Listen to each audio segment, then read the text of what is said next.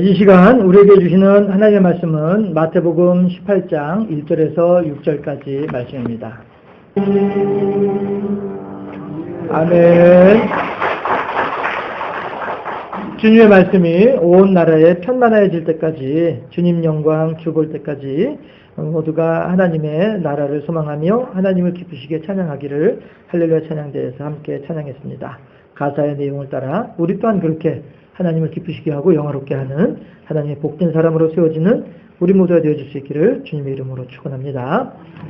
오늘은 어린이 주일입니다. 해서 평상시에 이제 생각했었던 어떤 그런 부모님들에게 어떤 선포하는 하나님의 말씀을 전해야 되겠다라고 하면서 나름대로 이건 이제 설교하기 전에 사족이에요. 그냥 여담이에요.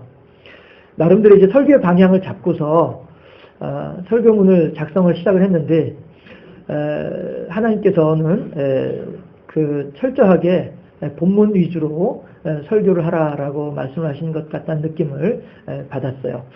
해서 이 말씀 드리는 것은 다른 게 아니라 평상시에도 마찬가지고 제가 좀 말은 이제 좀 빠르고 발음은 좀 분명하지 못하고 하다 할지라도 그 속에서 하나님의 음성을 듣고 그 속에서 하나님의 뜻을 발견하고 해서 설교자는 어떠하다 할지라도 하나님의 말씀을 통해서 하나님의 은혜를 받으며 우리들의 신앙에 큰 진보를 이루는 우리 모두가 된다고 한다면 참으로 그 듣는 귀가 복되고 그 경청하는 그 심령이 복되게 되어질 줄로 믿습니다. 미국에 아이오와라고 하는 동네가 있어요. 그 아이오와 주 내에서도 또 아주 자그마한 마을이 웨스턴 브랜치라고 하는 자그마한 마을이 있습니다. 그런데 그 마을에 길거리에서 4명의 아이들이 길거리에서 놀고 있었어요. 그랬는데 이 4명의 아이들을 향해서 어떤 한 젊은 사람이 찾아와가지고 하는 얘기가, 얘들아, 너희들 여기서 뭐하고 있니? 우리요 놀고 있는데요.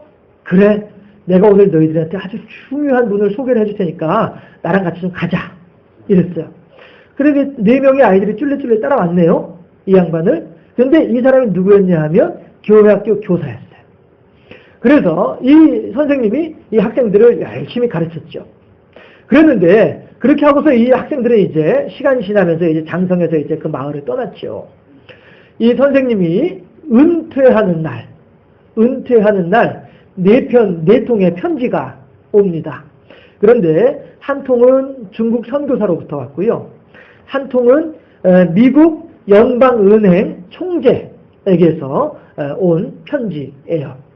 미국 연방은행 총재라고 하면은 세계은행의 대통령이라고도 할 수 있는 그러한 이제 역할을 하는 존재가 미국 연방은행 총재의 자리이겠죠. 그리고 또 한 통은 대통령 비서실장에게서 왔어요. 또 한 통은 누구에게서 왔냐 하면 허버트 후보라고 한 이름으로 왔어요. 그가 누구냐 하면 미국의 31대 대통령 허버트 후보라고 하는 사람이에요. 그 어린 시절에 4명의 아이들, 길거리에서 놀고 있던 4명의 아이들을 데려다가 하나님의 말씀을 가르쳤더니 이 아이들이 한 사람은 중국 선교사가 돼 있고, 한 사람은 미국 연방은행 총재가 돼 있고, 한 사람은 대통령 비서실장이 돼 있고, 한 사람은 그 비서실장이 섬기는 대통령이 돼 있더라 하는 거예요. 기가 막히지 않습니까? 어린 아이들을 그렇게 돌보다 보니까 그런 일이 있더라. 그런데요, 제가 가봤잖아요. 아이오와에 가봤잖아요. 웨스턴 브랜치에도 가봤었어요. 그 허버트의 그 생가를 제가 가봤습니다. 비행기 타고 간 게 아니고요, 인터넷으로 가봤어요. 가봤더니 아이오와가 어디에 있냐 하면 미국의 정가운데에서 약간 동부 쪽으로 쳐져 가지고 있더라고요. 아이오와가. 하고 그 허버트 후보의 생가를 가봤더니 단칸방이에요. 우리가 얼른 생각하는 미국의 그 집들은 2층으로 돼 있고 뭐 가운데 현관으로 해서 양쪽으로 방도 한 3개, 4개씩 있고 막 마당 넓고 이런 집들 생각하잖아요. 그 허버트 후보의 집은 그렇지 않고요. 현관문 열고 들어가면은 한쪽은 거실, 그 다음에 화장실, 주방, 한쪽은 방. 이런 구조로 아주 단촐하게 그렇게 되어 있더라고요. 그 밑에 이제 설명을 보니까 정원도 없고요. 마당도 없이 설명을 보니까 9살 때까지 살다가 이사를 했다. 이렇게 돼 있더라고요. 제가 영어가 짧아가지고 미처 다 보진 못했는데 그 후보가 9살 때 이사를 하면서 아예 웨스턴 브랜치를 떠났는지 아니면은 웨스턴 브랜치의 다른 동네에서 살았는지 다시 말씀드려서 그 길거리에서 만났던 그 교회학교 선생님하고의 관계가 그 생과 터에서 이사 간 뒤에도 계속 이어졌는지는 모르겠습니다만 분명한 사실은 9살 이전에 심어 놓았던 그 하나님의 말씀에 대한 그 신앙이 결국에는 한 사람을 미국의 대통령으로까지 이끌더라라고 하는 것입니다. 편지 안에 그런 내용이 적혀 있더랍니다. 은퇴하는 선생님에게 보낸 편지 안에 적혀 있던 내용이 선생님께서 가르쳐 주신 하나님의 말씀으로 많은 역경들을 슬기롭게 이겨나가고 있습니다. 이렇게 편지글이 적혀 있더라 하는 것입니다. 그 길거리의 4명의 소년은 시간이 지난 뒤에 하나님의 말씀을 심어주었더니 미국을 나아가서는 전 세계를 움직이는 세계적인 인물들로 세워지더라 하는 것입니다. 우리 장로님 기도해 주신 것처럼 어린아이들은 백지와 같은 그런 아이들입니다. 거기에 무엇을 그리고 거기에 무엇을 심느냐에 따라서 내용은 판이하게 달라질 것이다 하는 것이지요. 마치 농부가 이 땅에다가 감자를 심을까? 감자의 씨앗을 심으면 감자가 나고요. 이 땅에 고추를 심으면 고추가 나는 것처럼 어른들이 어린아이들의 심령에 무엇을 그려놓느냐, 무엇을 채워넣느냐에 따라서 그 아이의 인생이, 삶의 방향이 달라질 수 있다. 이것이 어린아이들이더라 라고 하는 것입니다. 해서 우리들은 이 말씀을, 이 내용을 어린아이들에게 무엇을 심느냐에 따라서 그의 삶의 모습이 달라지는 이 점을 우리가 마음에 새기면서 한번 오늘 본문을 통해서 하나님의 뜻을 발견할 수 있기를 바랍니다. 오늘 본문을 통해서 보게 되면요, 첫 번째 1절에서 제자들에게 있어서 가장 큰 관심사가 무엇입니까? 천국에서는 누가 제일 크냐? 이것이 관심사예요. 우리가 얼른 이렇게 생각할 수 있죠. 사람들이 말이야, 째째하게 사도씩이나 된 사람들이 말이야, 겨우 그것 가지고서 이렇게 서로 다투고 있느냐, 이렇게 생각할 수 있을런지 모르겠지만요. 굳이 하나님께서 성령의 감동을 통해 이 내용을 적어 놓으신 이유가 무엇일까 생각을 해보았습니다. 하나님께서는요, 우리들에게 이것을 원하시는 것이죠. 아버지가 아이에게 큰 마음을 먹고서 용돈을 주려고 해요. 야, 너 이리 와. 내가 용돈 줄게. 그러는데 아이가 하는 말이, 에이, 아빠 무슨 돈이 있다고. 아이, 됐어요. 장난치지 마요. 농담하지 마요. 아니야, 진짜 용돈 줄게. 받아. 에이, 참네. 자꾸 이렇게 농담하고 계세요. 아버지 기분이 좋을까요? 네. 그리고서 이제 어떻게 해가지고 아버지가 아들에게 용돈을 주었어요.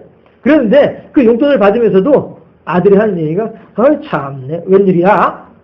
이러면서 만다고 한다면 용돈 주는 아버지의 마음이 어떠하겠냐 하는 거예요. 아유, 아버지, 예, 그래요. 감사해요. 마침 돈이 필요했는데 어떻게 그렇게 잘 아시고서 이렇게 용돈을 주세요. 아유, 감사해요. 그래, 아들아, 미안하다. 내가 좀 넉넉하게 주면 좋을 텐데, 아유, 무슨 말씀이에요? 이거로도 충분해요. 이것이 주는 자와 받는 자의 마음을 얼마나 기쁘게 하겠느냐라고 하는 거죠. 그렇지 않겠습니까? 정작 이 아이에게는 지금 3만 원의 용돈이 필요한데도 불구하고 아버지는 3천 원밖에 안 줬어요. 그럼에도 불구하고 아유, 아버지 감사해요. 잘 쓸게요. 주는 자도 받는 자도 기분 좋지 않겠어요? 그런데 참 내 말이야, 나 지금 말이야, 5천 원 필요한데 겨우 3천 원 주고서 생생내고 말이야, 무슨 아버지가 이래? 이러면은 주는 아버지도 받는 아들도 별로 기분은 좋지 않을 것 같다 하는 것이죠. 자, 하나님께서 우리들에게 제자들을 통하여서 천국의 상급을 기다리는 이 마음을 보여주고 계시더라. 뭡니까? 하나님께서 그렇게 우리들에게 상급을 주기 위해서 준비하고 계시는 것이죠. 그리고 그 상급을 받기를 소망하라라고 우리들에게 요구하고 계시는 거예요. 주든지 말든지 안 줘도 상관없고 주면 좋고, 에이그 모르겠습니다. 이런 마음가짐이라고 한다면 주는 사람도 주시는 하나님도 기분이 좋겠냐 하는 거예요. 받는 백성들도 과연 기쁨으로 감사함으로 그것을 받을 수 있겠냐 하는 거예요. 비록 지금 주시는 것이 내 성에는 안 차지만 지금 당장 나한테 필요한 거는 이만큼인데 지금 당장 주시는 걸 요거밖에 안 되니까 애기 이거 가지고 누구 코에 붙이라고 이러면서 나가는 것이 아니라 아이고 하나님 이나마라도 주시니 감사합니다. 숨통 트이게 됐습니다. 이런 마음을 우리가 하나님께 나아가게 된다고 한다면 하나님께서는 우리들에게 그 기쁨과 감사하는 우리들의 삶 속에 더 큰 은혜를 주시지 않겠느냐 하는 거예요.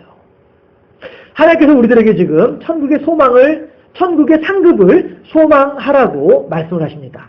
지금 우리들에게 베풀어 주려고 보따리를 준비해 놓고 계셔요. 보따리 열고서 지금 손 집어넣고 계셔요. 그럼에도 불구하고 우리가 이거 주든지 말든지 알아서 하게. 하나님께서는 우리들에게 그것을 원하시는 것이 아니고 마치 주를 앙모하는 자 올라가 독수리같이, 그렇죠?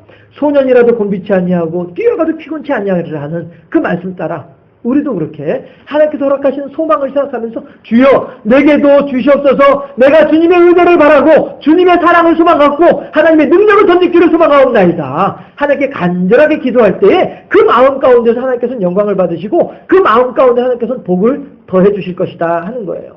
1절에서 우리들에게 그 선한 소망, 하나님의 상급에 대한 열망을 가지라고 우리들에게 말씀하고 계시는 거예요.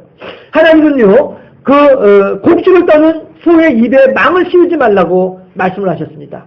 농부가 열심히 수고하고 그 땅의 소출을 그 농부가 받는 것이 마땅하다라고 말씀을 하셨습니다. 하나님께서 오늘 우리들에게 이 땅에서 사명을 주고 계셔요. 하나님께서 오늘 우리들에게 이 땅에서 할 일을 전해주고 계시다 하는 겁니다. 그 일들은 왜 그래요? 자주 말씀드립니다만은 하나님께서 할 수 없어서 어쩔 수 없이 우리들에게 그 일을 맡기시는 것이 결코 아니라 하나님과 함께 기쁨을 누리고 함께 영광을 나눌 그 하나님의 옆자리 한 켠을 우리들에게 양보해주고 계시는 거라니까요. 이리 와 여기 앉아. 이거라니까요. 우리들에게 하나님께서 할 수 없어서 억지로 맡기시는 것이 아니라 도리어 우리들에게 복이 되고 우리들에게 능력이 되고 우리들에게 은혜가 되고 하늘의 상급 천국의 큰 자가 되도록 하기 위해서 우리들에게 일거리를 맡겨주신 분이 하나님이시다. 따라서 우리들은 이제 그 모든 사명들에 대해서 거절하지 말 것이며 외면하지 말 것이며 우리 장로님 기도해 주신 것처럼 모든 직분자들이 각자 맡겨진 사명을 잘 감당한다고 한다면 그것이 바로 하나님께 영광이요 그 결과로서 우리들에게는 하늘의 상급이 크고도 또 더 풍성할 줄로 믿습니다. 그랬을 때에 하나님께서는 오늘 그러한 소망을 가지는 자로서 천국의 상급을 소망하는 자로서 어떠한 모습이어야 하는지 다투고 있는 제자들 앞에 누구를 세웁니까? 어린아이를 세우거든요. 그러면서 하신 말씀이 누구든지 이 어린아이와 같지 아니하면 결단코 어떻게 된다고요? 천국에 들어가지 못한다. 이렇게 말씀하세요. 어린아이와 같지 아니하면 어린아이처럼 되지 아니하면 천국에 들어갈 수 없다. 이렇게 말씀을 하세요. 왜 그럴까요? 야, 이거 봐라. 그렇게 한다면 마치 우리들이 다시 한번 니고데모가 예수님에게 말하는 것처럼 예수님께서 사람이 거듭나지 아니하고는 이렇게 말을 하니까 니고데모가 하는 말이 그러면은 예수님 제가 다시 또 어린아이처럼 돼가지고 우리 어머니의 태중으로 들어가서 거기서 다시 태어나야 됩니까? 라고 질문을 하잖아요. 그렇죠? 우리들은 거듭나야 된다고 하는 말씀의 의미가 그 뜻이 아닌 것을 잘 알고 있습니다. 마찬가지로 예수님께서 어린아이와 같이 되어야 한다라고 하시는 말씀 또한 마찬가지로 우리들이 그러면은 우리들의 정신세계 자체가 어린아이처럼 철부지처럼 그렇게 되어야만 하겠는가? 그것이 아니다라고 하는 것을 얼마든지 짐작할 수 있겠죠. 그렇다고 한다면 어린아이와 같이 어떻게 되라는 거예요? 어린아이와 같이 스스로를 낮추라고 말씀하고 계신다 하는 겁니다. 그게 뭡니까? 오늘 본문에 4절 말씀이 있죠.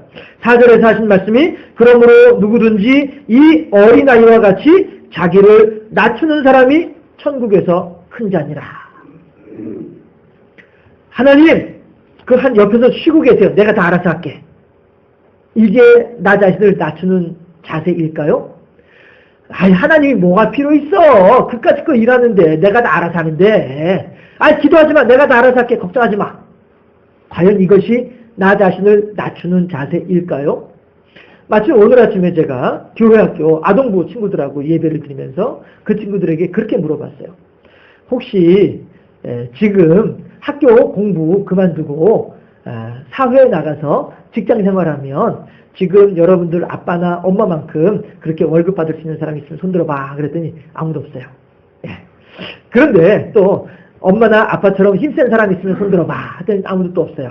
그런데 제가 엄마나 아빠 없어도 혼자서 밤에 무서워하지 않고 잠 잘 잘 수 있는 사람 손들어봐 했더니 다 손들더라고요. 네, 했는데 제가 무엇을 이야기를 했냐 하면 오늘 예수님께서 어린아이와 같이 자기를 낮추는 사람이 천국에서 큰 자다라고 하는 말씀의 의미가 무엇이냐 하면은요, 바로 이거거든요. 어린아이들은 전적으로 자기의 엄마와 아빠를 의존합니다. 그렇죠? 5살짜리 꼬마아이가 마트에 갔습니다. 마트에 가서 막 이것도 보고 저것도 구경하고 막 이렇게 하다 보니까 엄마 손을 놓쳤어요. 그 자리에서 앙 하고 울어댔습니다. 그런데 엄마가 그 아이의 울음소리를 듣고서 얼른 뛰어왔어요. 그랬더니 아이는 그 순간에 울음을 뚝 그치고 생글생글 웃는다라고 하는 거예요. 이게 뭡니까? 이게 부모에 대한 의존성이에요. 아이들은요, 엄마 아빠만 있으면은 아무것도 필요 없다니까요. 아이들은요, 엄마 아빠만 있으면 그것만으로 충분하다니까요. 왜? 우리 엄마가 나를 보호해주고 우리 아빠가 나를 돌봐줄 것에 대해서 분명한 믿음이 있기 때문에 그렇다는 하는 것입니다. 예수님께서 오늘 본문에서 어린아이와 같이 아니하면 결코 천국에 들어갈 수 없다. 어린아이와 같이 낮추는 자가 천국에서 큰 자다. 무슨 말씀이겠습니까? 우리 또한 그렇게 하나님을 향하여서 어린아이가 되어야 한다는 것입니다. 어린아이가 되어져서 그래요 주님 저는 아무것도 못해요. 주님께서 해주셔야만 합니다. 주님을 의지할 때, 주님을 의존할 때 이것이 순수한 믿음이다라고 하는 것입니다. 어른들 앞에서 이런 말씀 드리면 어떨지 모르겠지만 제가 요즘 들어서 우리 아이들에게 한 번씩 서운함을 느낄 때가 있어요. 어느 때냐 하면 예전에는 엄마 아빠가 어디 가자 하면 얼른 잘도 따라 나서던 놈들이 이제는 아빠 거기 뭐하러 가요? 아빠 가기 싫어요. 이럴 때 조금씩 서운함을 느껴요. 저희 조카는 6학년 되니까 가족 휴가, 여름에 휴가 떠나는데 아빠 저 안 갈래요. 이러더라고요. 네. 이렇게 아이들이, 자식들이 부모를 떠나고자 할 때, 그럴 때 부모들은 이렇게 조금씩 서운함을 느끼는 것 같아요. 네. 이 아이들은 언제나 이 부모 품 안에서, 언제나 부모의 무릎 아래서, 언제나 부모를 의지하며, 그렇게 언제나 부모와 같이 그렇게 있고 싶어 하는데, 이 아이들은 커가면서 그들의 세계가 있고, 그들의 삶이 있다 보니까 어쩔 수 없이 이렇게 떠나가야 되는 것 아니겠냐 하는 거예요. 그렇죠, 김도아 집사님? 그런 것처럼, 그렇게 떠나가야 되는 것 같아요. 그러나 이것은 사람의 삶의 모습이고, 하나님과 사람과의 관계는 결단코 그렇지가 않지 않느냐 하는 것입니다. 나이가 50이 돼도 하나님을 의지함에 있어서 어린아이와 같이 낮아지는 마음, 나이가 80이 되어도 하나님 앞에서는 어린아이와 같이 하나님을 의존하는 마음, 이 마음을 하나님께서 우리들에게 원하시고 요구하시더라 하는 거예요. 그러므로 누구든지 어린아이와 같이 되지 아니하면, 누구든지 어린아이와 같이 자기를 낮추지 아니하면 천국의 상급을, 천국에 들어가지를 못한다. 큰 자가 되지 못한다. 라고 예수님께서 말씀하고 계시는 것입니다. 어린아이가 부모의 곁에 바짝 붙어있듯이 우리도 하나님의 곁에서 잠시라도 떨어지면 어떻게 되는 것처럼, 큰일 날 것처럼 그렇게 주님을 붙잡게 되면 그러한 신앙의 사람들에게 하나님께서 은혜를 주시고 복을 주시고 천국에서 큰 자가 되도록 해주시게 되는 것을 믿으시기를 주님의 이름으로 축원합니다. 따라합시다. 결코 떠나지 않겠습니다. 결코 나 혼자서는 못합니다. 오직 하나님만을 의존합니다. 이렇게 어린아이와 같이 낮은 마음을 가지는 사람들, 이 사람들을 향해서 하나님께서는 무엇이라고 말씀을 하시냐면은 주변 사람들을 살펴보라고 말씀하고 계십니다. 함께 오늘 본문 5절과 6절을 합독하겠습니다. 5절 말씀입니다. 또 누구든지 내 이름으로 이런 어린아이 하나를 영접하면 곧 나를 영접함이니 누구든지 나를 믿는 이 작은 자 중 하나를 실족하게 되면 차라리 연자맷돌이 그 목에 달려서 깊은 바다에 빠뜨려지는 것이 나으니라. 아멘. 무섭지 않습니까? 연자맷돌을 달고 깊은 바다에 빠지라고 합니다. 도저히 살아날 수 없는 그런 상황이 되는 것이죠. 실제 죽으라는 거예요. 어떻게 하면요, 어린아이 하나를 실족하게 하면 그보다는 수치에 네가 죽는 것이 더 낫겠다. 참 무서운 말씀이라고 생각이 되어집니다. 그러나 3, 4절이 오늘 본문 3절과 4절의 말씀이 하나님과 나와의 관계, 내가 하나님을 향하여서 어린아이처럼 되고 내가 하나님을 향하여서 겸손한 모습이 되고 이러한 하나님과 나와의 관계를 말씀하시는 것이 3절, 4절이라고 한다면 5절, 6절의 말씀은 나와 이웃과의 관계에 대해서 하나님께서 말씀하고 계시는 내용입니다. 말씀을 시작을 할 때에 예화를 통해서 어린아이의 특징은 어른이 무엇을 심어주느냐에 따라서 그 인생의 방향이 얼마든지 바뀔 수 있는 것에 대해서 함께 생각을 해봤습니다. 다시 말씀드려서 주변 사람들에게 어떻게 영향력을 끼쳐야만 할 것인가, 이것을 우리들에게 요구하고 계신 것이다 하는 거예요. 영접한다고 하는 말의 의미가 뭘까요? 오늘 본문에서 5절에서 누구든지 어린아이 하나를 영접하면 나를 영접하는 것이다 라고 하셨는데, 영접한다고 하는 말의 의미가 무엇일까요? 상대방을 귀하게 대접하는 것, 이것이 영접이죠. 상대방을 소중한 존재를 여기고 기쁘게 환영하는 것, 이것이 영접이다 하는 것입니다. 스스로는 가치 없다고 여기는 사람이라 할지라도 그 사람을 소중하게 대우하면 그 사람의 삶이 바뀌고, 또한 그 사람을 소중하게 대접하던 어린아이를 영접하는 듯이 그렇게 그 사람을 소중히 영접하고 대접하는 나의 삶이 바뀐다라고 하는 사실을 잊지 마시기를 바랍니다. 예화를 한 가지 또 말씀을 드리자면요, 카네기의 어머니가 우리가 잘 알고 있는 것처럼 아주 신실하신 분이잖아요. 그렇죠? 네. 카네기에게 인생 10계명이라고 하는 것도 이렇게 유언으로 남겨줄 만큼 그렇게 아주 신실하신 분이 카네기의 모친 어머니였습니다. 그런데 하루는 이분이 예배를 마치고서 나오는데 갑자기 소나기가 쏟아지더래요. 그래가지고 가게 밑에 이렇게 차양이 있으니까 그 밑에서 비를 피하고 있었는데, 그 가구점 주인이 이렇게 보니까 웬 노인이 그 비를 맞으면서 비를 피해서 그렇게 처마 밑에 있는 것을 보고서 불러드렸어요. 어르신 잠깐 들어오시죠. 들어오셔서 추울 텐데 따끈하게 차라도 한 잔 마시고 가세요. 이러고서 이제 모셔가지고 차를 한 잔 대접을 했어요. 가구점 주인은 그 노인이 누군지도 모르고 그냥 비 피해서 있는 노인이다 보니까 비 맞았으니까 춥겠거니 싶어가지고 그래서 이제 그 차 한 잔 대접을 한 거예요. 그런데 이제 이 어른이 아이고 주인 양반 고맙습니다. 덕분에 내가 몸을 따뜻하게 잘 녹였네요. 이러고서 이제 집에 갔어요. 집에 가서 퇴근해 온 아들한테 그 얘기를 했겠어요, 안 했겠어요? 당연히 했죠. 그렇잖아요. 그랬더니 그 아들이 그 다음날 그 사장에게 편지를 하나 보냈어요. 어저께 우리 어머니를 그렇게 잘 대접을 해 주었다고 하는 이야기를 들으니 참 감사합니다.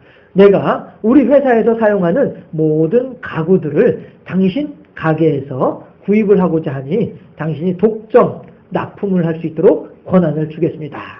이러더라 이거. 여러분 한번 생각을 해보세요. 카네기의 회사의 그 사이즈가 얼마만큼 하겠습니까? 카네기는요, 자기 소득이 얼마인 줄을 몰라요. 자기 소득이 얼마인 줄 무관심해서가 아니라 그만큼 많아서 그래요. 그래서 카네기는 자기 소득의 11조를 계산하는 직원들만 따로 둘 정도로 그렇게 대단한 소득을 올리던 사람이 카네기였다고 합니다. 그렇다면 그 사람이 가지고 있는 회사의 사이즈가 어느 만큼 될런지 짐작도 안 되죠. 그 회사 사무실마다 가구를, 그 사무실 집기를 납품을 한다고 한다면 이게 보통 일이겠냐 하는 거예요. 비 맞고 있는 노인네 한 사람을 따끈하게 차 한 잔 대접을 했더니 이것이 엄청난 결과로 다가오더라. 어린아이 하나를 영접하게 되면 나를 영접하는 것이니. 여러분 어떻습니까? 우리들은 예수 믿는 사람으로서 우리들은 이 세상을 어떻게 살아가고 있습니까? 예수 믿는 사람으로서 우리들은 동네 사람들과 어떤 관계를 형성하고 있고요. 예수 믿는 사람으로서 우리들은 모르는 사람들에게 어떠한 눈빛을 보내주고 있습니까? 오늘 당장 모르는 사람이 지나가고 있는데 우리들은 그를 향하여서 어떻게 대우하고 있느냐 하는 것입니다. 우리들은요, 그런 경우를 볼 수가 이 이야기는 그다지 좋은 얘기 아니니까 생략하도록 하겠습니다.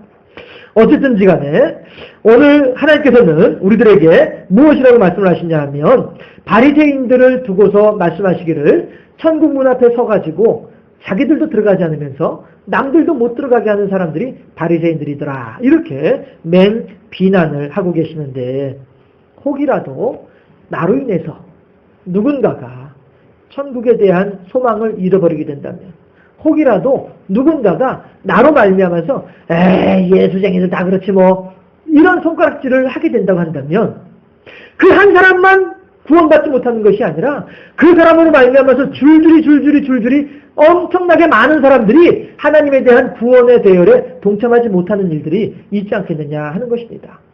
당장 오늘 이 지역에서만 하더라도 어떤 한 사람이 교회를 오고 싶어 하는데 그 우때 어른이 반대해서 못 나오고 있는 그런 사람이 있다고 하는 이야기도 제가 듣고 있거든요. 그렇다면 그 우때 어른은 당신도 천국에 들어가지 못하면서 다른 사람조차도 못 들어가게 만드는 그런 결과가 낳는 것인데 우리들도 조심해야 되겠다는 거예요.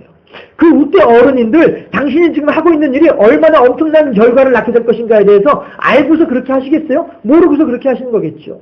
우리들도 마찬가지로 우리들도 모르는 사이에 누군가가 나로 말미암아 시험 들지 않을까? 나로 말미암아 누군가가 나로 말미암아서 하나님에 대한 부정적인 생각을 가지지 않을까? 우리들은 조심해야 된다라고 하는 거예요. 왜요? 하나님께서 분명히 말씀하시죠. 어린아이 하나를 실족하게 하게 되면 수채 그가 목에 연자맷돌을 메고서 물속에 들어간 것이 더 낫다니까요. 누구 하나를 실족하게 하는 것보다는 나 스스로가 없어진 것이 더 낫다라고 주님께서 말씀하고 계시는데 이것은 나의 생명을 하찮게 여기시는 것이 결코 아니라 그만큼 우리들이 주변 사람들을 향하여서 어떻게 대하고 어떻게 행해야 할 것인가에 대해서 힘주어서 강조해서 말씀하신 내용이다 하는 것입니다. 여러분 어린이 주일을 맞이해서 우리들은 하나님의 마음을 살펴볼 수 있기를 바랍니다. 첫 번째는 어린아이와 같이 하나님의 천국에 대한 상급, 천국에 대한 소망을 우리가 열심히 간직하고 있고 그것이 얼마나 좋은가를 기대하는 마음을 가져야 하겠다는 것이에요. 그리고 어린아이와 같이 스스로 낮은 자가 되어져서 언제든지 주님 아니고서는 절대 이루어질 수 없습니다. 언제든지 하나님만이 하실 수 있습니다. 언제든지 하나님만이 저를 도와줄 수 있습니다. 언제든지 하나님만이 저의 기쁨입니다. 하나님을 의존하는, 하나님을 의지하는 어린아이와 같은 겸손함으로 하나님을 섬기는 우리가 될 수 있기를 바라고요. 또한 그렇게 천국의 상급을 소망하며 하나님을 의지하며 하나님을 섬길 때에 우리들의 주변에 있는 사람들에게도 하나님의 사랑으로 그들을 대하고 할 수 있는 만큼 진실함과 할 수 있는 만큼의 성실함으로 그들을 하나님의 말씀으로 섬기고 돌봐주고 살펴줌으로써 그들 또한 우리와 더불어 같이 천국의 소망을 간직하는 사람이 될 수 있도록 도와주는 우리들 스스로를 희생함으로써 그들을 세워주는 이러한 하나님의 착하고 충성된 종으로 세워지는 복된 하나님의 사람이 될 수 있기를 주님의 이름으로 축원합니다. 기도하겠습니다. 하나님 감사합니다. 어린이 주일을 맞이하여서 육신적으로 어린 아이들뿐 아니라 영적으로도 어린 우리 모두들에게 주시는 하나님의 음성을 듣게 하시니 감사합니다. 우리 모두는 하나님 보시기에 그렇게 스스로를 낮추는 어린 아이가 되어야 마땅할 터인데 하나님 참으로 우리들은 하나님 앞에 부끄럽게도 하나님 앞에서 송구스럽게도 우리들은 너무나도 자주 우리들 스스로가 어른인 척 잘못 생각하는 경우들이 있음을 고백합니다. 아버지 하나님 용서하여 주시고 이제 오직 어린아이와 같이 하나님만을 의지하며 하나님만을 의존하며 하나님의 도우심이 아니고서는 어떠한 일도 이룰 수 없음을 온전히 고백함으로써 하나님을 기쁘시게 하고 하나님을 영화롭게 하며 하나님의 허락하시는 천국의 풍성한 분복을 받아 누리는 복되고 아름다운 삶의 주인공들이 될 수 있도록 우리 모두를 지켜주시고 또한 그렇게 하나님의 영광을 위하여서 마치 어린아이를 영접하는 것이 예수님을 영접하는 것과 같다고 하시는 이 말씀을 따라서 주변에 있는 이웃들을 그렇게 성실함으로 진실함으로 겸손함으로 극진하게 대접하고 비록 그들의 모습이 어떠하다 할지라도 그들의 외양이 어떠하다 할지라도 그런 것에 흔들리지 아니하며 오직 하나님께서 말씀하신 말씀을 따라서 극진히 그들을 대접하고 사랑하고 섬김으로써 그들 또한 하나님에 대한 아름다운 소망을 간직하는 복된 자들이 될 수 있도록 도와주는, 그렇게 하나님께서 사랑하시는 그 영혼들을 귀히 여기는 아름다운 삶을 살아가는 우리 모두가 될 수 있도록 인도하여 주시옵소서. 감사하고 예수 그리스도 이름으로 기도드리옵나이다. 아멘.